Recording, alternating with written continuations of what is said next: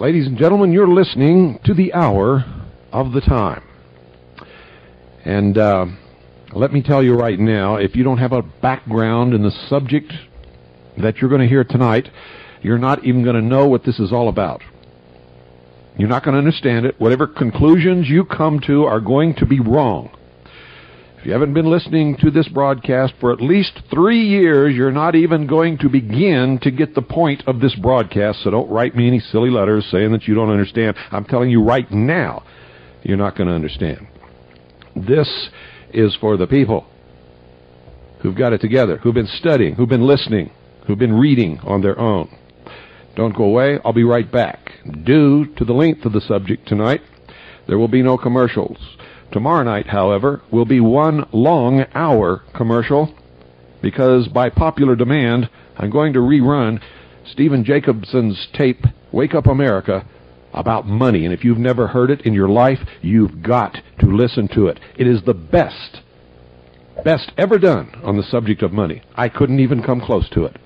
So don't miss tomorrow night. And beginning Monday night, we will read to you the deathbed deposition of an FBI agent who wanted to face his God under some better circumstances. And he bears it all. So, ladies and gentlemen, it is imperative that you listen closely tonight if you have the background of study that will enable you to understand what this broadcast is all about. If not, sit back and listen. You might get a glimmer, but believe me, you're not going to know. Knights of an ancient order, defenders of Christ in the Holy Land, but within their ranks a secret was born, a secret still kept today. Find out more as we piece together a rose, a star, and a saint in a puzzle that is the shadow of the Templars.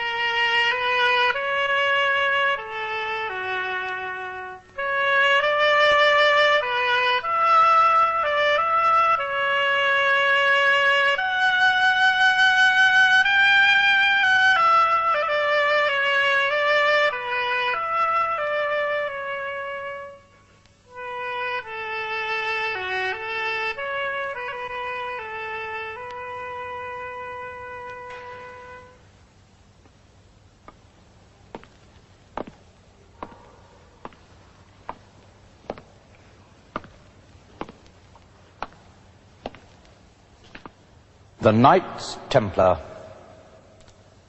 medieval warrior monks, iron soldiers of Christ, whose order ended in blood and fire and mystery.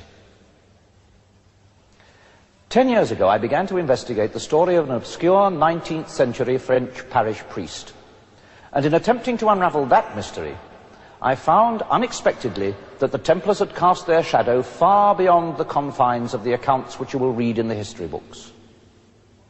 I found myself following a line of inquiry which shed a new and startling light on these long-dead Knights of Christ. But for me, their story does not begin here, in the Templars' church in the heart of London, nor in Jerusalem, where they apparently began, nor in Paris, where their downfall was plotted, nor indeed anywhere which is part of their known history. For me, the beginning was the story of a man who lies buried here in the French Pyrenean village of Rennes-le-Château.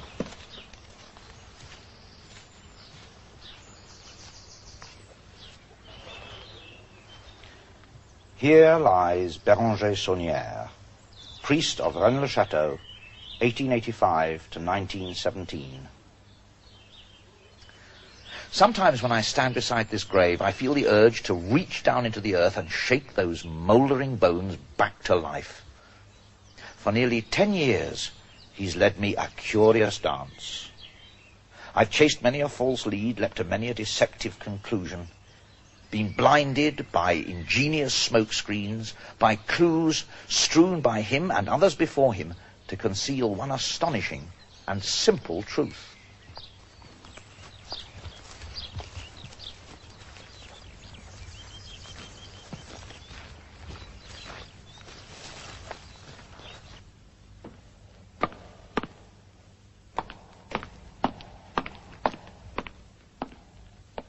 The separate elements of this story have been sometimes surprising, sometimes puzzling.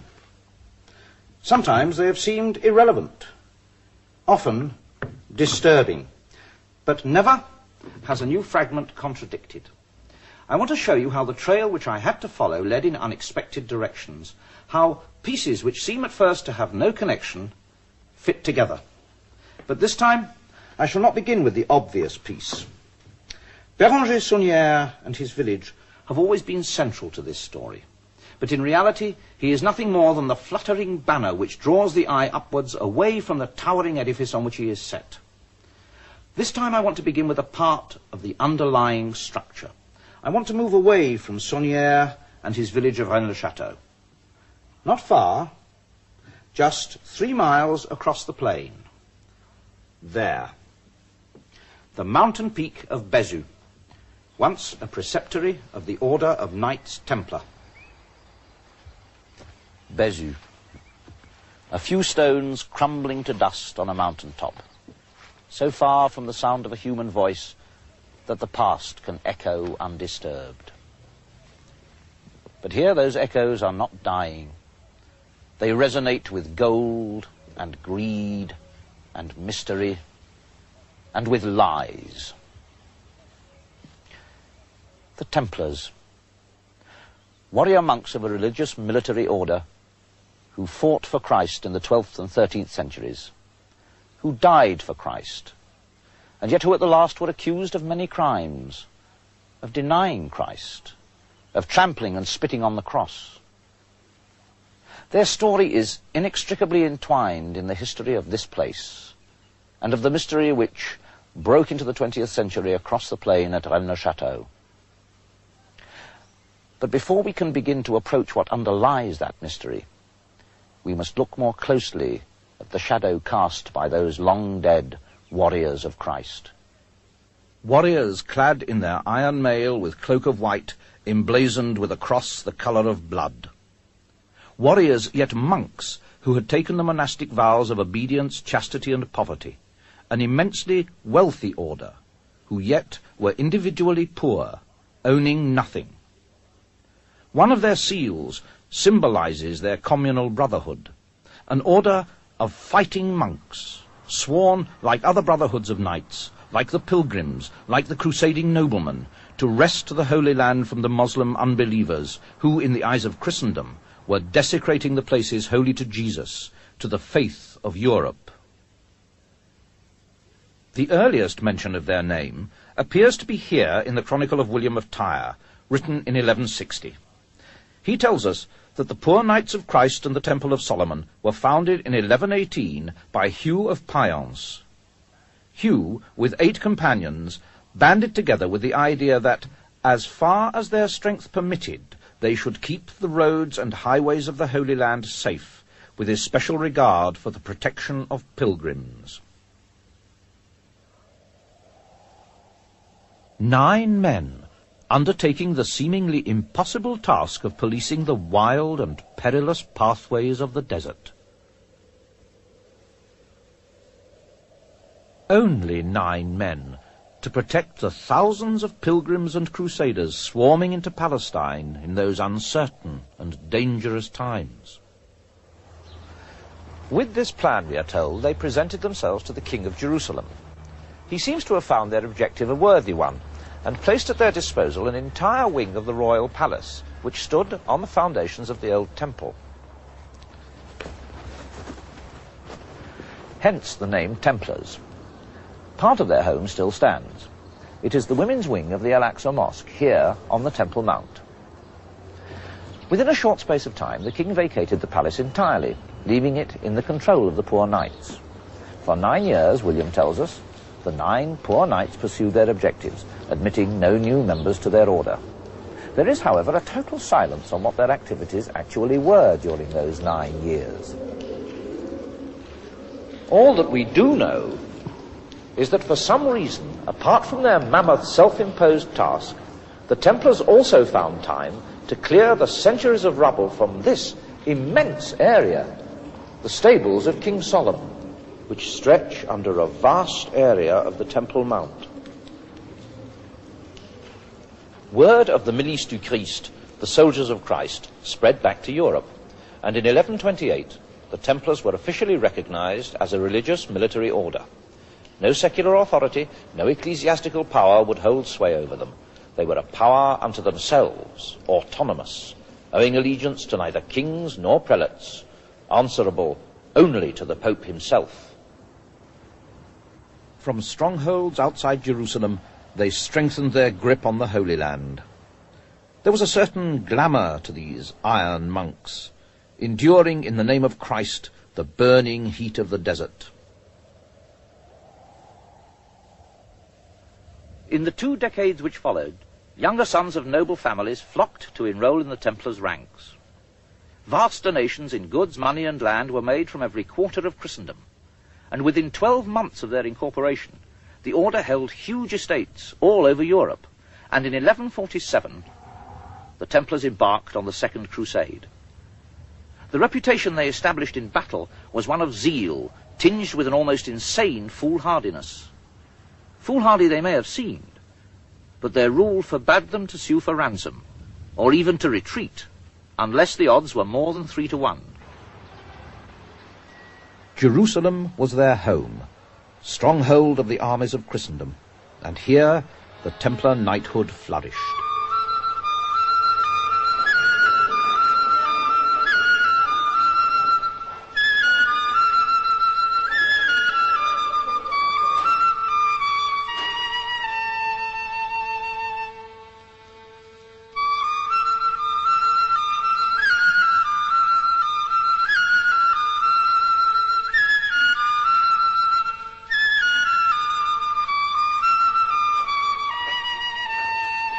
For a century, the power and influence of the Templars grew.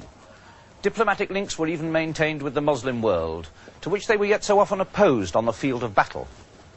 But the Templars' world was not confined to war and the intrigues of international diplomacy. In their early years here, they established markets and took commission from which they financed their operations. With their network of castle preceptories spread throughout Europe and the Near East, they were able to organize the safe transfer of money for merchant traders. Modern banking grew directly from the system instituted by these efficient and dedicated men. And they traded not only in money, but ideas. Their contacts with Islamic and Judaic culture made them a natural clearinghouse for new systems of thought, new philosophies, new sciences. Some people have even said that they brought the chess game into Europe. Bishops and castles, kings and knights. One can understand the attraction of this game for these ambitious, warlike monks. Checkmate. Shah Mart. The king is dead. And the Templars owed no allegiance to kings. At the dawn of the 14th century, King Philippe le Bel sat on the throne of France. The Templars were firmly established with a network of castles throughout his kingdom, but the Templars owed him no allegiance. Their fidelity was reserved solely for the Pope. Philippe had no control over them, and he owed them money, sufficient cause to spur a medieval monarch to action. Heresy was the excuse. The king's first necessity was to ensure the cooperation of the Pope. through ruthless pressure and intrigue, he engineered the election of the Archbishop of Bordeaux to the vacant papal throne in 1305. The newly elected Pope Clement V then moved the papal court to Avignon, committing the papacy to what is remembered as the Babylonian captivity, its 70 years in France. With the Pope in his pocket, Philippe exacted his payment for the gift of his influence, and that payment included the suppression of the Templars. At dawn on Friday the 13th of October, 1307, the Templars throughout France were arrested. Although Philippe's objective of total surprise seems to have been achieved, his prime target, the order's wealth, was never found, and what became of the Templars' treasure has remained a mystery. In France, the Templars were tried, and many were put to the torture. Strange confessions and even stranger accusations were made. Grim rumors began to spread. The Templars worshipped a devil called Baphomet. At their secret ceremonies, they prostrated themselves before a head which spoke to them and gave them some inexplicable power. Outsiders who chanced to witness their rites disappeared, never to be seen again. And they were accused of other things too, of teaching women how to abort, of sodomy. But most bizarre of all the charges to be leveled against these soldiers of Christ, who had fought and laid down their lives so valiantly in Christ's name and in his service, they were accused of denying Christ and trampling on the cross. Their treatment was without mercy. All were imprisoned, many were burned, and in a papal bull of 1312 the entire order was officially dissolved. But how did these knights, sworn to poverty, become the wealthiest and most powerful institution in Christendom? How did these dedicated soldiers of the faith come to incur the terrible charges of blasphemy and heresy which were levelled against them? Fascinating though these questions were, I began to ask myself if the mystery of the Templars was truly a part of my main task, the unravelling of the puzzle of the 19th century priest Béranger Saunière and his tiny village. I felt that the Templars had to be left to one side, unless I could find something more tangible to link their presence here with the fabric of the local story. True, there were links, but were they important? Important to the story of Saunière, the penniless priest, which I knew so well. The priest who began in poverty, and yet spent millions. Who made a discovery in his church of the parchments which hid secret messages.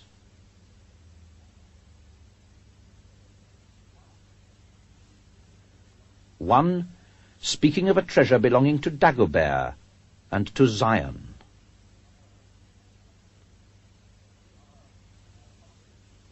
And the other more complex, more cryptic. Shepherdess, no temptation, to which Poussin Teniers hold the key. Peace 681. By the cross and this horse of God, I complete this demon guardian at midday. Blue apples. The message which led Saunière to the painting by Poussin of the supposedly imaginary tomb which yet exists in the countryside nearby.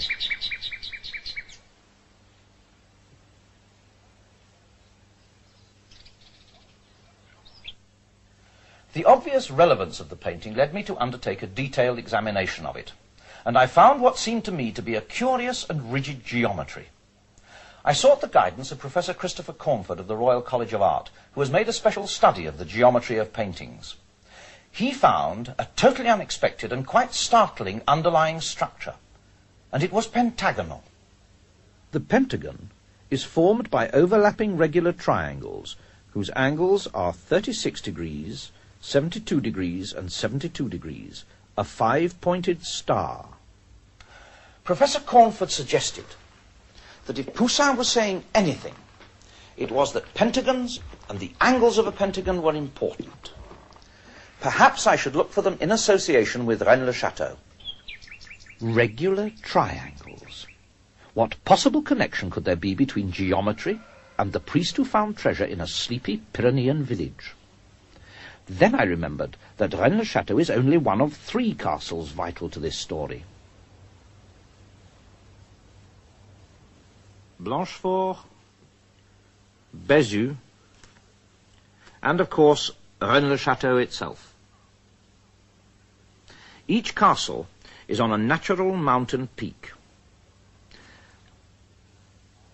I could not possibly have imagined how amazingly Christopher Cornford's theory would be confirmed by that triangle of castles, the angles which they form, 72 degrees, 72 degrees, and 36 degrees. Coincidence? The accuracy is astonishing. Were these 3 castles placed on these mountain peaks because of their pentagonal relationship? And is this surprising geometric regularity of natural forms what Poussin is indicating in his Berger d'Arcadie? As we shall see, this is in fact only a small part of the amazing truth which this painting is intended to convey. For the moment, it's sufficient to turn our attention to these 3 mountain castles and to look more closely into their history.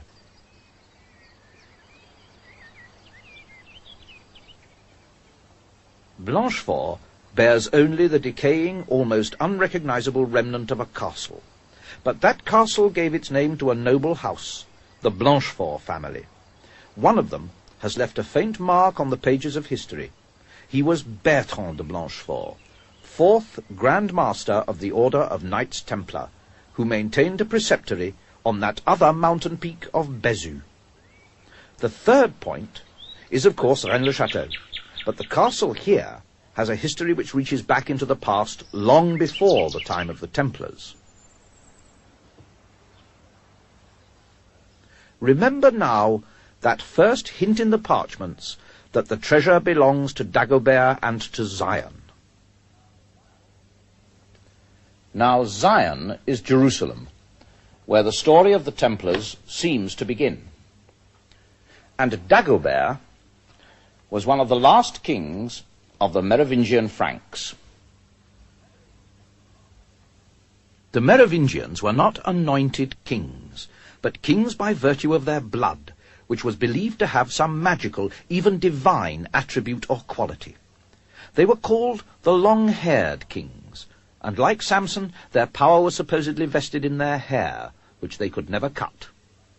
According to legend, they were identified by a distinctive birthmark, a rose-red cross.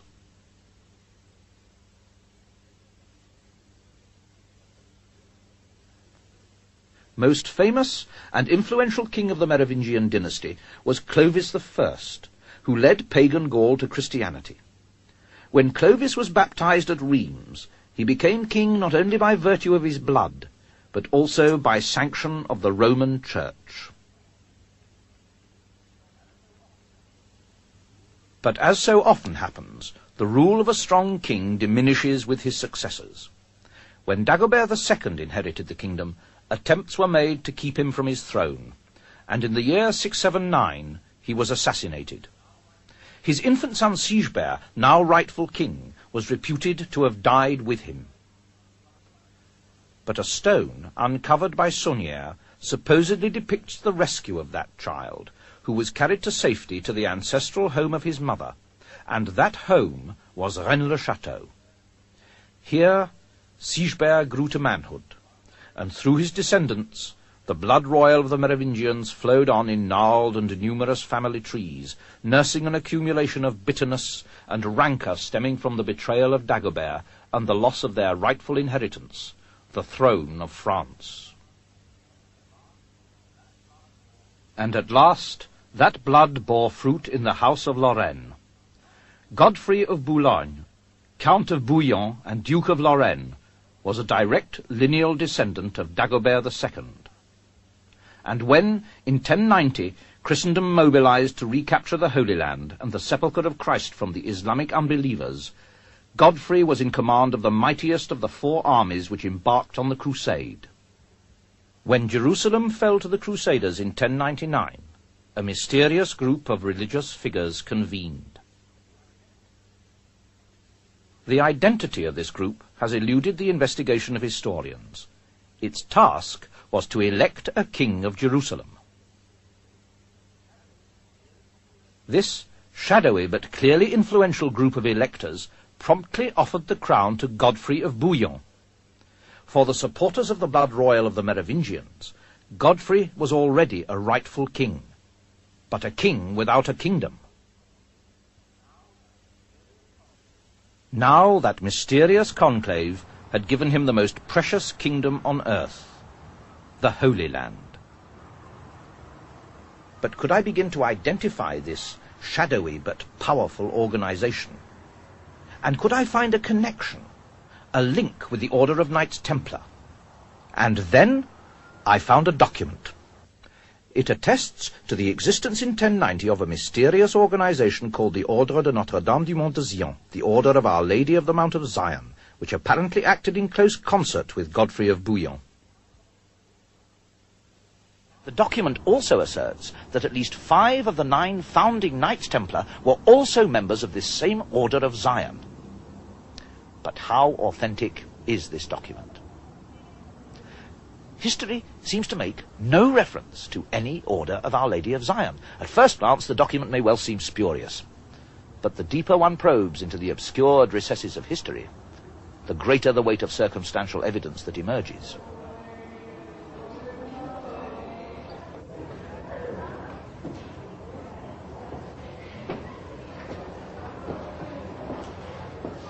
In 1099, Godfrey is elected King of Jerusalem. Immediately, here on the Mount of Zion, on the ruins of an ancient building called the Mother of all Churches, an abbey is built. It is called the Abbey of Notre-Dame de Zion. It seems reasonable to suggest that those who occupied the new abbey were members of an order which bore that same name. But reasonable suggestion cannot prove the existence of the order. However, documents do exist, dating from the time of the Templars, which are not speculative and cannot be disputed. One refers explicitly to the Abbot of Notre-Dame de Zion, and another cites the order in an elaborate transfer of abbeys and church lands.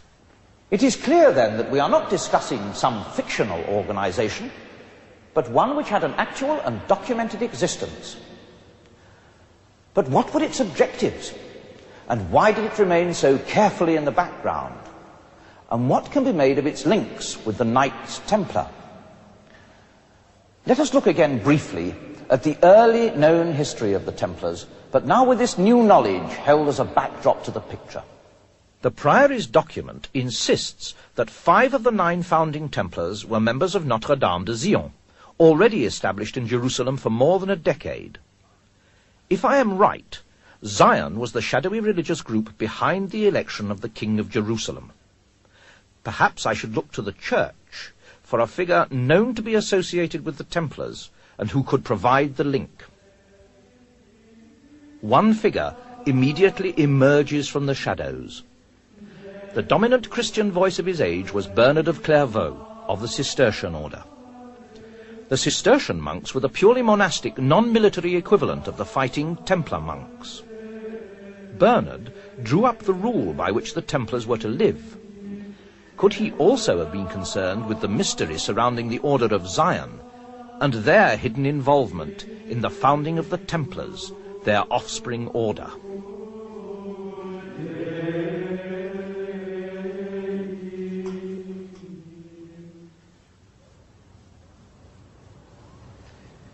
It is clear that St. Bernard played a vital role in the early history of the Knights Templar, and curious hints of that role have been proposed by certain historians who have studied and interpreted his writings. One such hint relates to the time of the Templars' return to France after their early years in Jerusalem. The work has been accomplished with our help, and the knights have been sent under the protection of the Comte de Champagne, where all precautions can be taken against interference by public or ecclesiastical authorities, where one can best make sure of a secret, a watch, a hiding place. No interference from public or ecclesiastical authorities, and a search for a hiding place. Could the Templars had been sent to the Holy Land to bring something back from Jerusalem. Something which St. Bernard was privy to. Something which had to be protected, hidden away. Could this explain why the king vacated the palace and handed it over to the Knights Templar, and the silence of the records concerning their activities during those first 9 years? We must remember that at the end of their history the Templars kept inviolate the secret of the whereabouts of their treasure. What precious thing might have been in their possession? So precious that not even torture could wring a hint of it from their lips. And where could have been the resting place of their secret? Their watch. Their hiding place.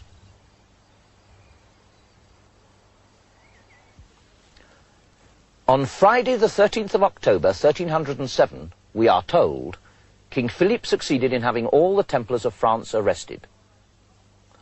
That statement, however, is not quite true. One group of Templars alone succeeded in escaping the clutches of Philippe's executioners, and they were the Templars of this preceptory of Bézu. How did they escape, and why? The clue lies in the name of the commander here at the time of the Templars' downfall. It was the Seigneur de Gau. And the Pope, King Philippe's reluctant accomplice, was Clement V, who before taking that name on his election to the papal throne was Bertrand de Gau. Bertrand de Gau, whose mother was Ida de Blanchefort, of that same family who gave the Templars their 4th Grand Master, and whose lands spread out from their ancestral home there across the plain. An earlier member of that Blanchefort family, Bertrand de Blanchefort, became in 1153 4th Joint Grand Master of both Templars and Order of Zion. Bertrand can be seen to be the most significant of all the Grand Masters of the Temple. He it was who transformed the order into the superbly efficient and highly organized institution it became.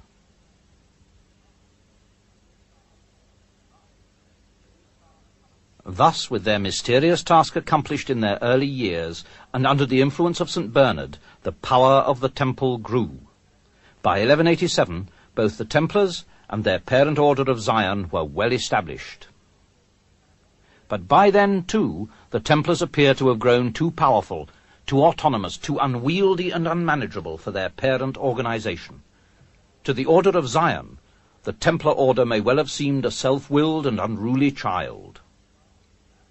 In 1187, the Grand Master of the Temple, Gerard de Riedefort, led his knights into a rash, impetuous, ill-conceived and disastrous battle outside Jerusalem, and the Holy City was lost. The documents of the Order of Zion refer to this action as treachery.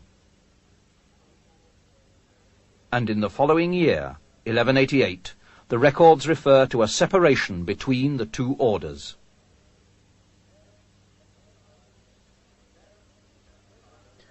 The parent set the child free, and though family links remained, the Templars now stood on their own feet, free to ride with haughty arrogance through the remaining century and a quarter of their existence to their final grim doom in 1307. After the split, the parent order modified its name. Henceforth it was to be known as the Prieuré de Zion, the Priory of Zion, and as such it has continued its cloaked and shadowy existence down the years. When I first saw this document, I was by no means inclined to regard it as authoritative, nor even reliable as evidence. Among the information it contains is a list of the names of the Priory of Zion's Grand Masters after their separation from the Templars and up to the present day. Victor Hugo, Jean Cocteau, Leonardo da Vinci, Isaac Newton. Some of these names are so illustrious that the list seemed just the sort of grandiose pedigree that would be created for itself by a lunatic fringe body of eccentrics playing at secret societies. But it's all too easy to make assumptions and not to keep an open mind.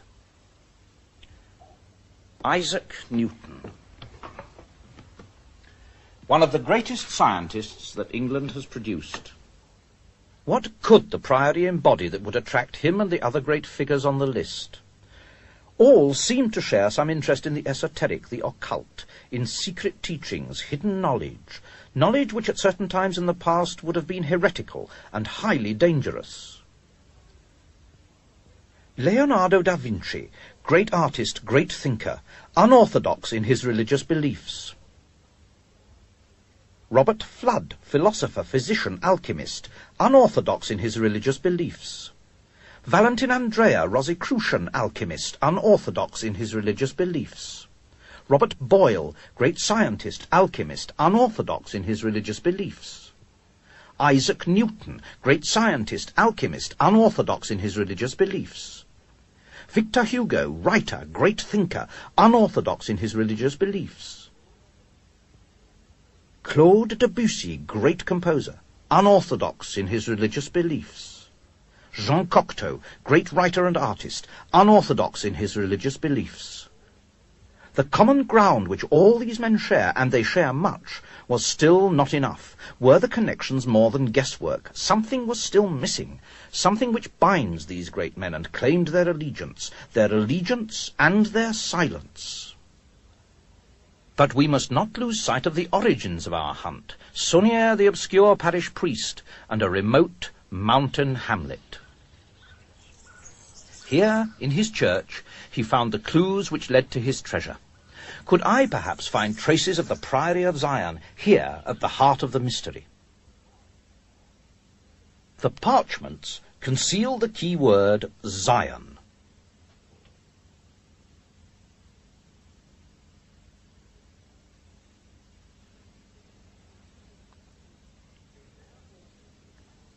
They bear also the initials P.S. This must refer not to Jerusalem, but to the Priory of Zion, which calls itself also the Ordre de la Rose Croix Veritas, the Order of the True Rose Cross. And Saunière's imagery in his church repeats again and again the rose on the cross, the emblem of the Rosicrucians, who burst upon the world in the 17th century in the Rosicrucian manifestos written by Valentin Andrea, Grand Master of the Priory. The rose cross, which seems to echo the rose-red cross emblem of the Templars, birthmark of the Merovingians. The Rosicrucians. This should not be confused with the modern societies who concern themselves with mysticism and the occult, and who have chosen to adopt the name. If the Priory's own document is to be believed, there are, and only ever have been, 13 members of the Rose Cross, and these are the 13 senior members of the Priory. In his church garden, Saunière has left us another clue to the Priory's presence. This innocent-seeming memorial cross was erected in 1897. Here there is a simple and straightforward, pious phrase, Christus vincit, Christ conquers. On each side there is a similar phrase, Christus imperat, Christ rules, Christus regnat, Christ reigns.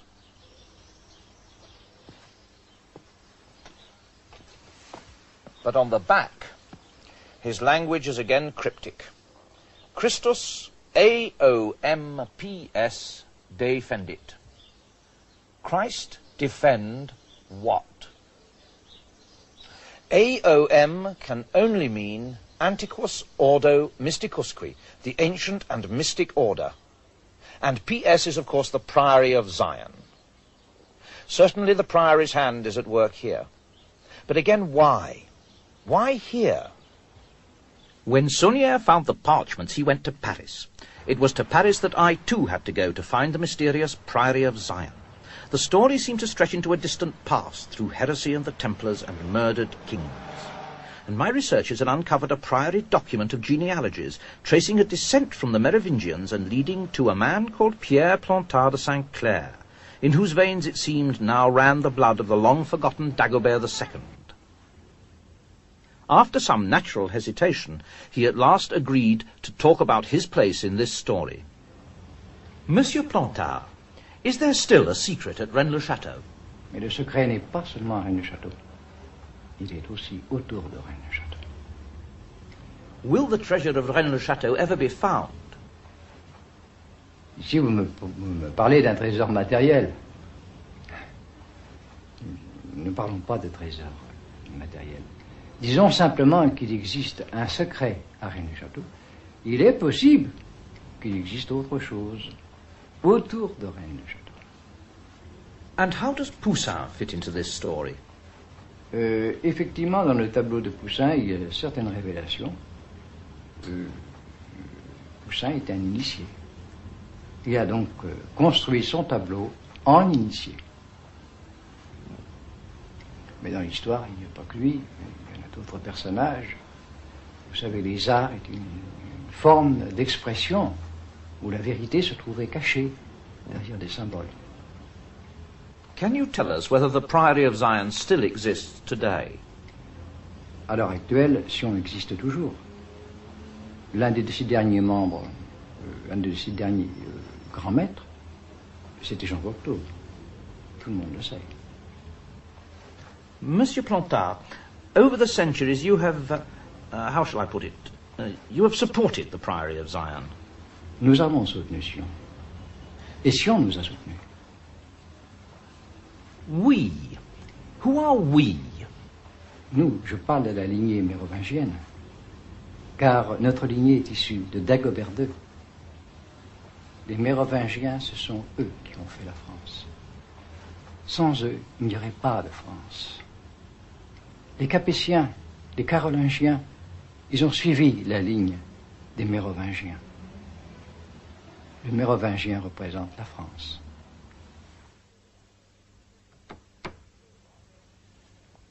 Le roi perdu, the lost king. So strong and persistent a thread in French history and legend. But is this story really nothing more than an elaborate cloak of mystification to cover a futile attempt to restore a long-forgotten dynasty of French kings? How would we in England react to a similar attempt to restore a descendant of King Canute? With good-natured amusement, perhaps. Yet this centuries-long story of blood and faith and politics is not a light-hearted game. So much mystery, treasure, ciphers, heresies, so many intangible maybes. Yet underneath it all, a hard core of fact, of historical sense. Rennes-le-Château, where the son of the assassinated Dagobert was brought. Blanchefort, ancestral home of the fourth Grand Master of the Templars, Bertrand de Blanchefort. And Bézu, the preceptory which evaded the net when the Templars fell in 1307. Bézu, Blanchefort, Rennes-le-Château. Three castles locked together in a precise geometric relationship.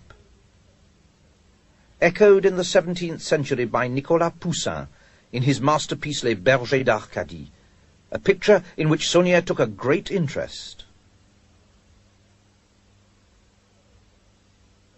But is there any reason to suppose that Poussin was involved in a secret other than merely the oddity of having apparently painted a landscape which the experts tell us he never saw? Well, in April 1656, Poussin had a conversation with a French priest. The priest wrote to his brother about that conversation, and historians have long been aware of that letter, which speaks of a secret that Poussin had, which kings would have pains to draw from him. Poussin most certainly had a secret, and I was convinced it lay in the Pythagorean pentagonal geometry with which he structured his painting of the tomb at Arques. But where were all these fragments of information taking me? Some unquestionably locked together. Some were obviously part of the puzzle, but their place in it was unclear. Yet another element was needed, a connecting thread, and that still eluded me. So far, I have shown that pentagonal geometry does manifest itself in the relationship of the three mountain castles which figure so prominently in this story. It's time to look at them again, to see if there is anything more to be learned beyond the fact that the triangle formed by these three castles has pentagonal angles. And this is where the story takes another unexpected shift. The accuracy of those angles is already sufficiently astonishing. But from here, it's possible to see that midway between Bézieux and Blanchefort, and blending against the backdrop of mountains, there is another hill feature. It is exactly equidistant from Blanchefort and Bézieux, and the angle formed by the hilltops is exactly 108 degrees, the external angle of a pentagon. We started from a triangle whose apex was Bézieux, and now we have 4 mountain peaks placed in precise geometric regularity. The odds against such a natural occurrence must be astronomical. But of course we can't leave it there. What about the 5th point of the pentagon? Well, there it is. The rocky ridge which blends against the mountainside behind. This time, nature lets us down by a few score meters. Were this structure man-made, it would be possible to forgive so small a margin of error. And even now, 5 years after I first found it, I still find it astonishing.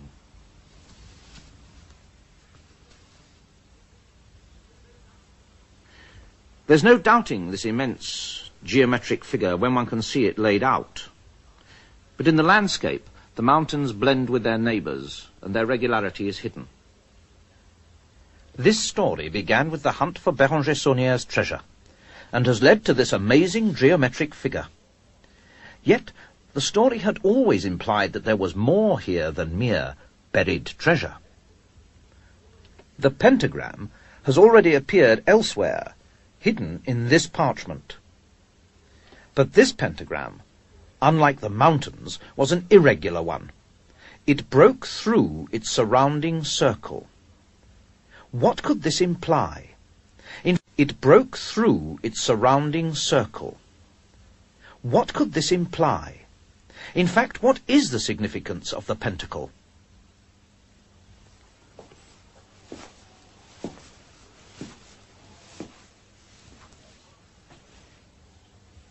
The magician uses a pentacle enclosed within a circle for conjuration.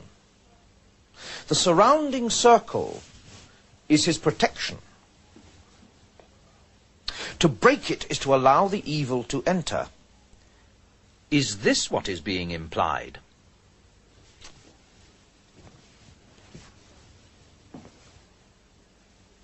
I think not. Certainly it's a possibility, but the pentacle is not only a symbol of black magic, of evil. The shape seemed to be assuming an unexpected significance in my research into the history of the Priory of Zion. It kept nagging at me, and when I talked to Monsieur Plantard, I asked him about the geometry I had found and what significance he saw in the stressing of the pentacle. The geometry is pentagonal, isn't it? Je ne peux pas vous répondre à ce sujet.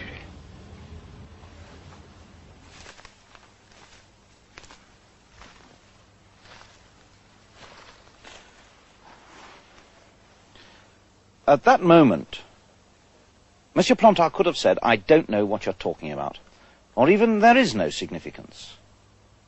But in a sense, his answer confirmed my suspicion that there was an importance attached to that symbol which I had yet to discover. Magic seemed a possible answer. But then, magic has become a matter for ridicule. But it's not always been so. This story has a very long past, and the blood of thousands has been shed in the fight against witchcraft.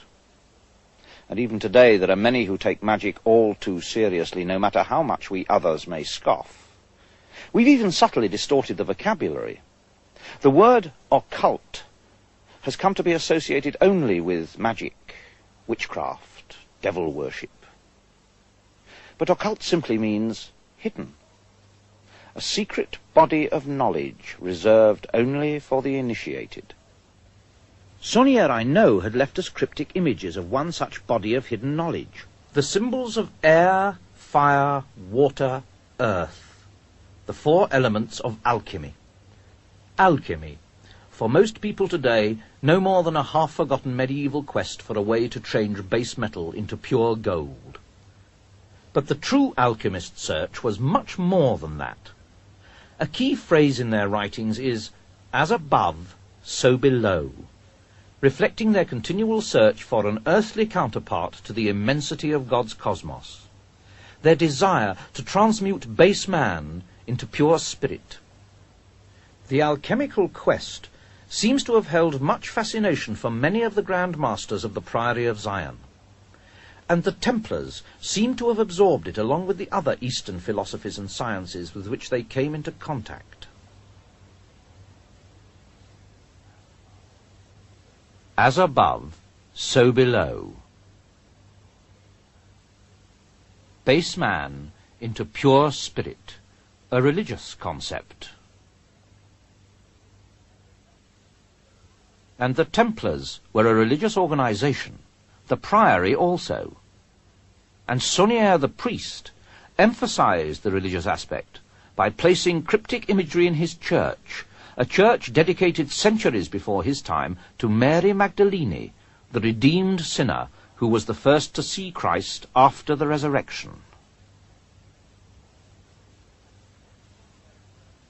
When Saunière returned from Paris with his newfound knowledge, he emphasized the importance of Mary Magdalene by naming the tower which he built with his newfound wealth La Tour Magdala, the Magdala Tower.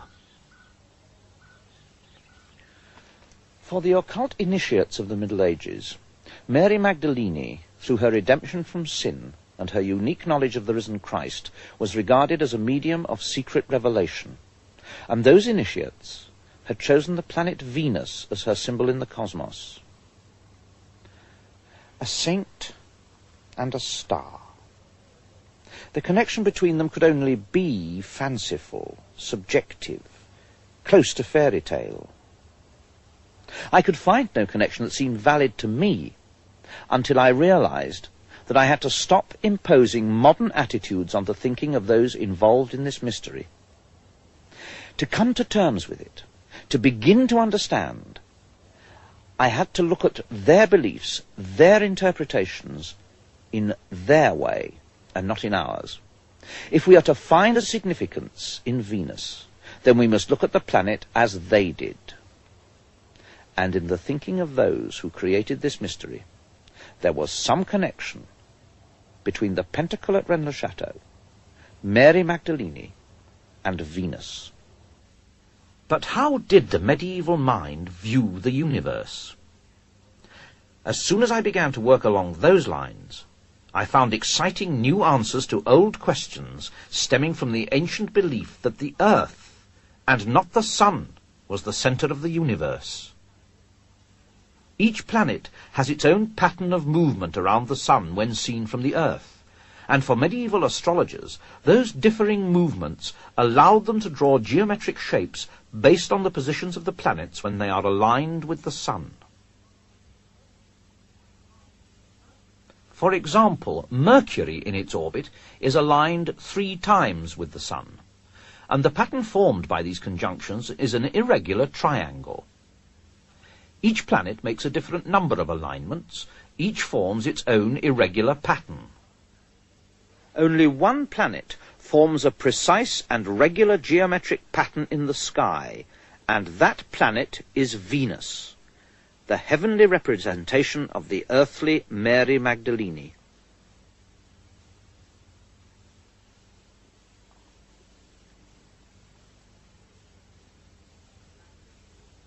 And the pattern she draws, as regularly as clockwork every 8 years, is a pentacle. As above, so below. At Rennes-le-Château, village of Mary Magdalene, we have the perfect pentacle, the earthly counterpart of the perfect pentacle in the heavens, the secret and hidden pattern of Venus, the Magdalene. Each pentacle precise, known, yet hidden. One must be initiated into the mystery before one can see the age-old and unchanging truth that the heavens find reflected in that tiny location on the face of the earth.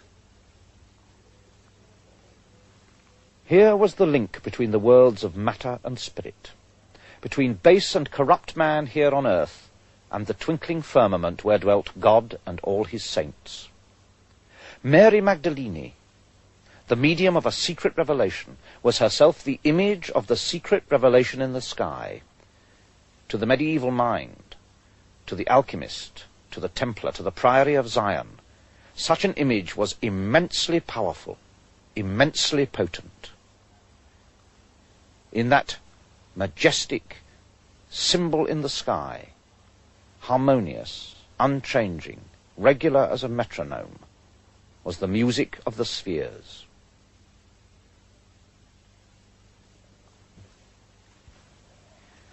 "10 years ago I asked a question. Did Béranger Saunière really find a treasure? That led me into a hunt for the treasure of the Templars, and I found that their shadow obscured the Priory of Zion. 10 years of research into the obscure byways of history, 10 years of discoveries and false leads, of excitement and irrelevancies.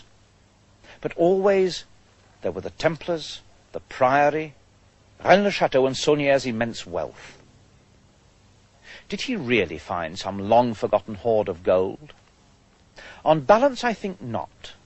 I now think that that mysterious organization, the Priory of Zion, provided him with the means to buy the land, build the house and the tower, perform all his other works, but not for his sake, not for his comfort, not for his purposes, but for theirs. For Saunière now seems to have been no more than the guardian of this place which had such immense significance for the Priory of Zion. The real treasure of Rennes-le-Château is not one of gold and jewels. The real treasure is a secret, the pentacle. A secret which held immense potency in the past, and which for some people still holds that potency today. Shape, I am told, has a property. In other words, certain shapes do certain things. Can a pentacle really do something? I don't know. Perhaps in some ways I don't want to know. I discovered it, so I can't ignore it. All these illustrious people of the past, Poussin, Leonardo, Newton, all of them over the centuries have been involved in this story. Were they really intent on restoring the deposed Merovingian blood? What can there be so special about this royal bloodline that can ensure centuries of loyalty? Still, something seems to be missing, and only the Priory of Zion can answer all the questions which seem to increase even as the discoveries are made. The Priory of Zion. Does it still exist? Is it really still alive? Still a force to be reckoned with? Certainly it existed in the past, and it has been powerful, and it has been associated with a pentacle and a royal dynasty. If the Priory of Zion still exists, and Monsieur Plantard insists that it does, then the latest name on their list of Grand Masters is Jean Cocteau. Was he really involved in all this? After 10 years of research, I no longer wonder. I can only observe and record. And I have one more thing to show you. Something which brings me full circle back to London. Not to the Templars' church, but to a church little more than a mile away, just behind Leicester Square, the church of Notre-Dame de France.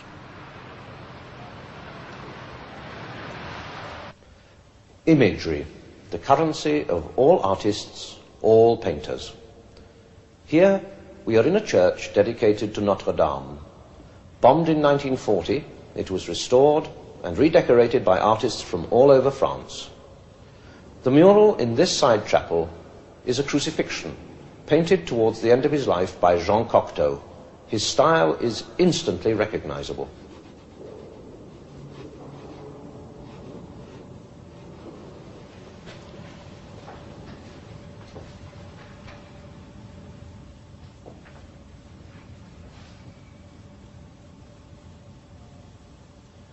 One of the clearest, the most recurrent images in our story has been the rose upon the cross. And here, at the centre of his design, where the body of the crucified Saviour should dominate all, Cocteau gives us this. The Priory of Zion tells us that Cocteau was their Grand Master. For him, and for them, this was an immensely significant symbol, the rose and the cross. Of course, finding it here could be nothing more than an extraordinary coincidence. For me, it is one more piece of evidence for a shadowy, centuries-old mystery, which is only now, slowly, finding its way back to the light.